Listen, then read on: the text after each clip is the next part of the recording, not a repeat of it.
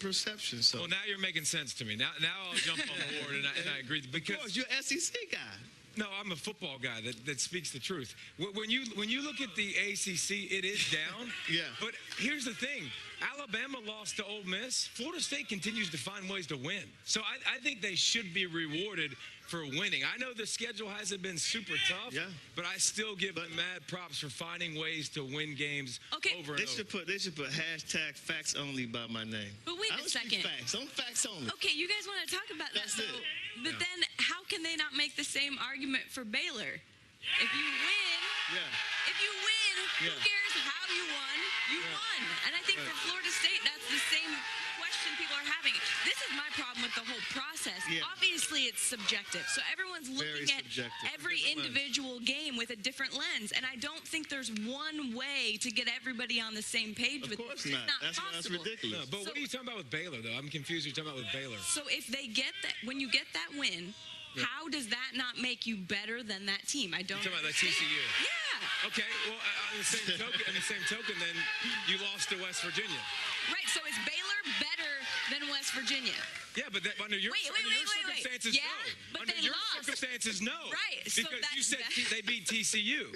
So if they lost to West Virginia better. I'm just saying, wins have to mean something. But so do losses. Wins should mean a lot. But losses have to mean something too. Right, and that comes into play when you don't win.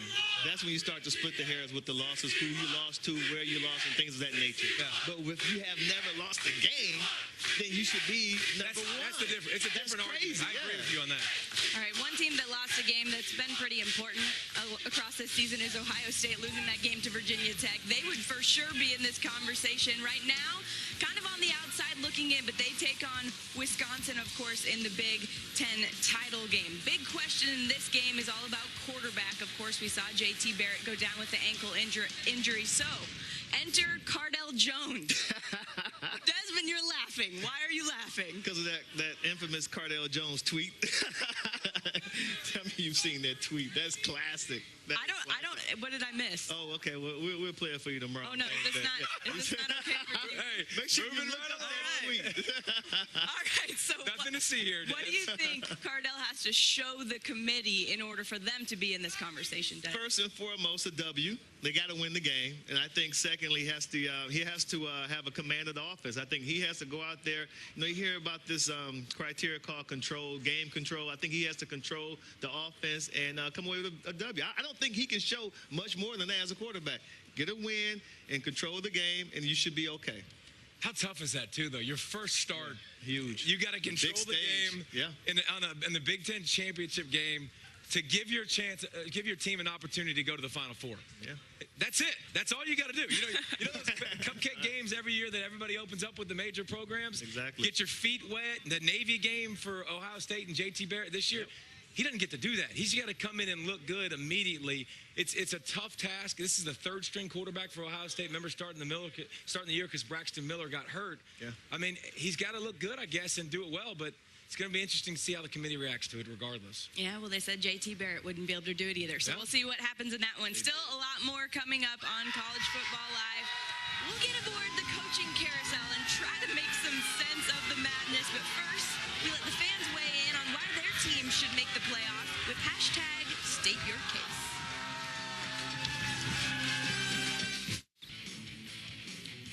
The Florida Gators found their new head coach on Monday, hiring Jim McElwain away from Colorado State. Florida had to pay a total of $5 million for his services, the highest total buyout in college football history.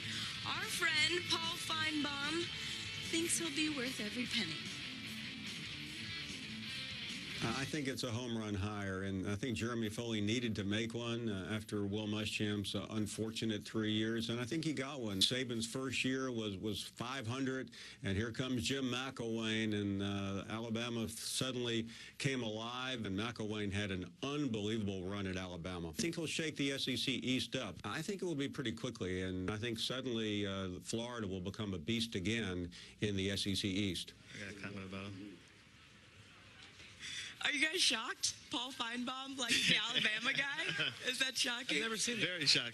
No. David, are you buying into the hype on this hire?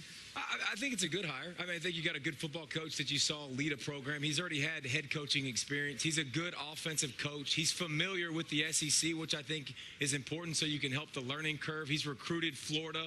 Yeah. I think priority number one, he's got to find a quarterback, Des. No doubt. And if he finds a quarterback immediately, he can compete in the SEC East tomorrow. Yeah, it's not a tough league to compete in. He could compete in it right away if he would do it. We know he can compete in the SEC East, no doubt about that. I think he'll be able to find a quarterback. He'll be able to develop a quarterback, too. You look at McElwain, what you hear about him is he's a very thorough coach. His teams are very prepared. Even his players, they say if we lose a game, it's because we didn't execute, not because we had any surprises. So you know that he knows how to organize a coaching staff.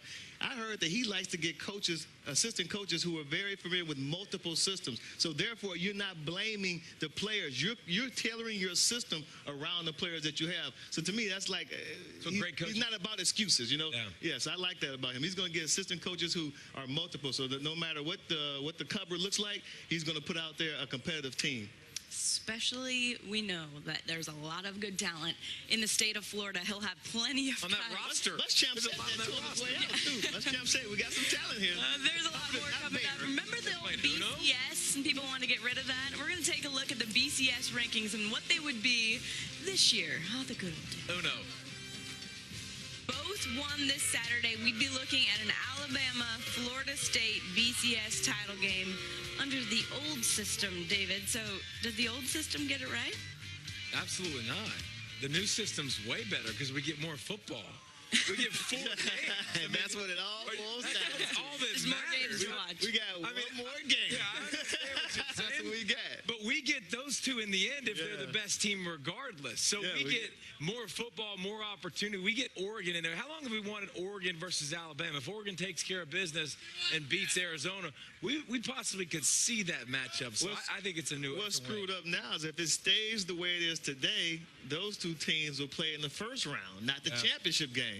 So that's horrible to me. And yeah, we have one extra game. That's all we've accomplished. Things are just as confusing as they were a year ago, if not more. I would say more. If not more, exactly. I say There are more variables, Yeah, more. yeah. I mean, the whole thing is Ridiculous. just gonna. Sunday's gonna be a good day, though. It's gonna be It's gonna awesome. be hell. There's gonna be like all hell's Hey, breaking loose Are you on guys gonna Sunday. be on Twitter on will be Sunday? all hell I'm Sunday. scared of Twitter on Sunday. Twitter will be awesome. Yeah, on so Sunday. it's gonna That'll be be on an fire. interesting way to watch for sure. Well, we hope you watch College Game Day on Saturday morning. We'll be right here, 9 a.m. Eastern, getting you ready for Kansas State and the Baylor Bears from McLean Stadium. We'll see you then.